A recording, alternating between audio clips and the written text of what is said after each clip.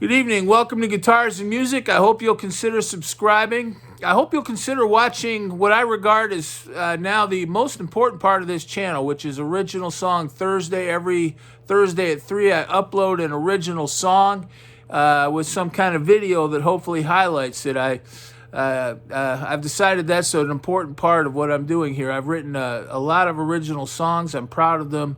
And I think the video maybe will help get them out there a little more. But tonight I wanted to talk briefly about the greatest guitar solo ever played. And, we all have our thoughts on that. And I always pay attention to these lists they come out with all the time. Rolling Stone Magazine, Guitar Player Magazine, Guitar World, Premier Guitar. Internet clickbait sites half the time. They've always got lists of the greatest guitar solos ever played. Almost no one ever agrees with them. I've noticed in recent years a lot of the ones that are always on there have been kind of bumped off by people I'm not that familiar with.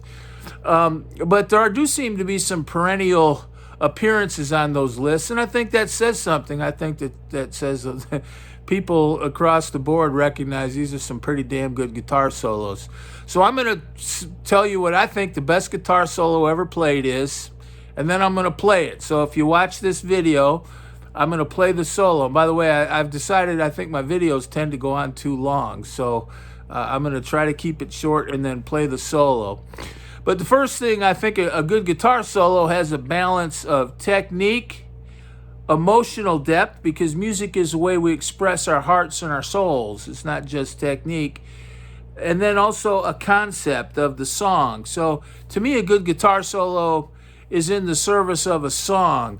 That's one reason I think as much as I love the blues and jazz, I think some of the great soloing we hear on that is kind of within an idiom as opposed to really in the service of a well-arranged song.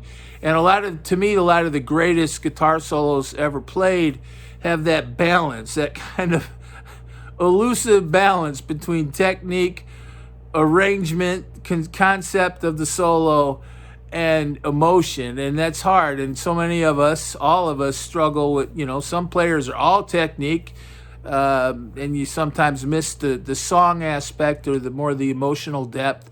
Some players, you got a one-note guitar solo right from the heart, but it's got one note in it, and those can be good too. But the greatest artistry is that balance between those three things. So, yeah, and in the service of a song. And I guess I think of a lot of the great solos I like. Crossroads and Statesboro Blues, those are great solos.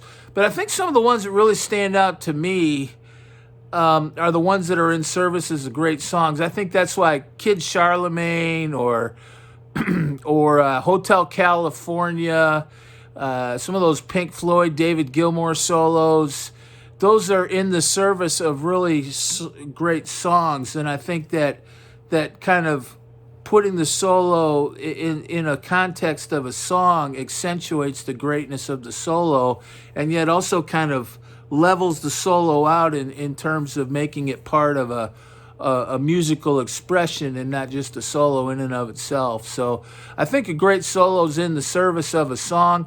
I also think a great solo has stood the test of time. I think that's important. So it's hard to judge anything. Somebody might have a great solo that he just played yesterday and it's out all over the internet today. But, 50 or 60 years down the road, you kind of get a better sense of those solos. So I don't think it's an accident that a lot of the great solos that we always mention are often older solos. For one, I actually do think, though, there were great guitar players in that period. I think 100 or 200 years from now, people look at the 60s and 70s as a great age of guitar, maybe in ways they won't later. I don't know.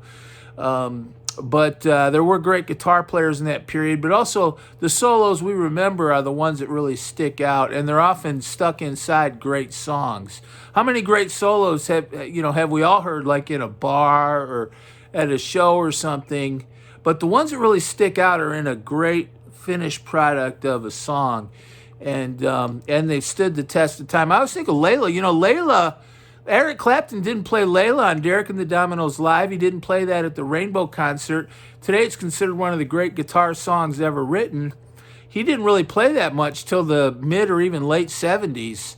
But the test of time never lies. So as as the song kind of fell on deaf ears at first, but as radio stations started to pick it up, gradually it started to work its way into people's minds, and it became the classic song that it is. So I think the test of time is important. So without further ado, here is what I think is the greatest solo ever played. It's one you've heard. It's kind of a cliche, but you know what? I really do think it's the greatest guitar solo ever played. Not the hardest, but and we've all heard it so much, but I think it's the greatest solo ever played, and I think it's in one of the greatest songs ever conceived and produced. Here it is.